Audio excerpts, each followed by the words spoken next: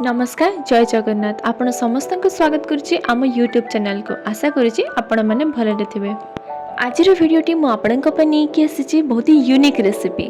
आपण मैंने तो भेराइटी टाइप्स रो उपमा खाइथिबे हेले केबे ट्राई करछंती दही रो उपमा जदि करि नाहंती ताले भिडियोटी आपण को पई ताले चलंतु आ डेरी न करिके आरंभ करबा आज रो भिडियो जोथिरे आमे आपण सहित शेयर करिया को जाउछु दही उपमा।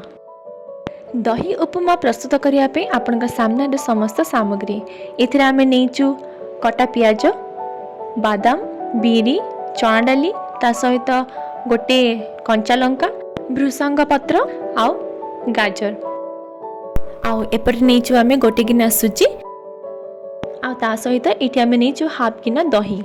एठी आमे जो गिनारे सुजी नहीं से गिनारे ही आमे एठी हाफ गिनार दही आउ सेइथिरे 2 गिना पानी मिसेकी एठी आमे दही पानी करिके रखि देइछु।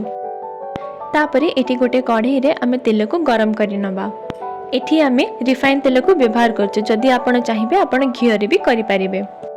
एठी हमर तेल गरम हैला परे एठी आमे गोटे चामच सोरिष पकेइबा। सोरिष टिके फुटी गला परे तापरे एठी आमे प्रथमे बादाम को पकेकी ताकू टिके डेरी पर्यंत भाजिबा।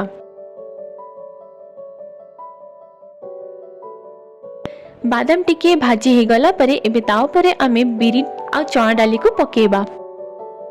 बीरी आ चना डाली टिके भाजी हे सला परे एबे ता उपरे आमे भृसंग पत्र पकेकी टिके नाडी दबा।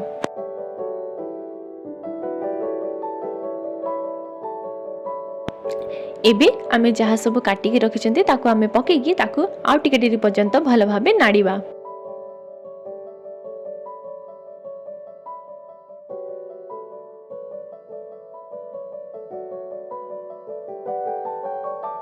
एठी आपण देखि पारुथबे हमर पियाज ट्रांसपेरेंट हे आछि। एबे ता ऊपर आमे सुजी को पकेकी भाजीबा।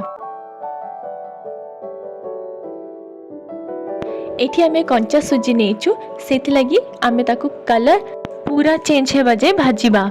तो नॉर्मली आमे जेतेबेले उपमा बनो सेतेबेले आमे सुजी को टिके भाजी की ही पकेइ थाओ हेले एठी आमे डायरेक्ट कंचा सुजी नेकी आमे भाजुछु। सुजी भाजी हे सारिला परे एठी आपण देखि पारुथबे आम सुजीरा कलर चेंज हे आछि हल्का ब्राउन हे जाइछि। एबे चलंतु ता ऊपर पकेबा दही पानी। नॉर्मली उपमा रे आमे पानी देकी करि थाओ हेले एठी आमे दही पानी देकी करिबा। थरे करिकी निश्चिंत देखिबे यार टेस्ट बहुत ही भलो लागिबो। तापरे एथिरे आमे 2 छोट चमच चीनी आ स्वाद हिसाब रे लूण पकेबा। जदि आपण को हल्का कलर दरकार थिबो ताले आपण एथिरे टिके हळदी गुंड पके पारिबे हेले एठी आमे नॉर्मली करछु सेति लागि एठी आमे हळदी पकोउनु। एठी आपण देखि पारुथबे पानी सुखी गलानी। एबे आमे गैस को बंद करिकी पाखा पाखी 5 मिनिट पर्यंत ढांकी दबा।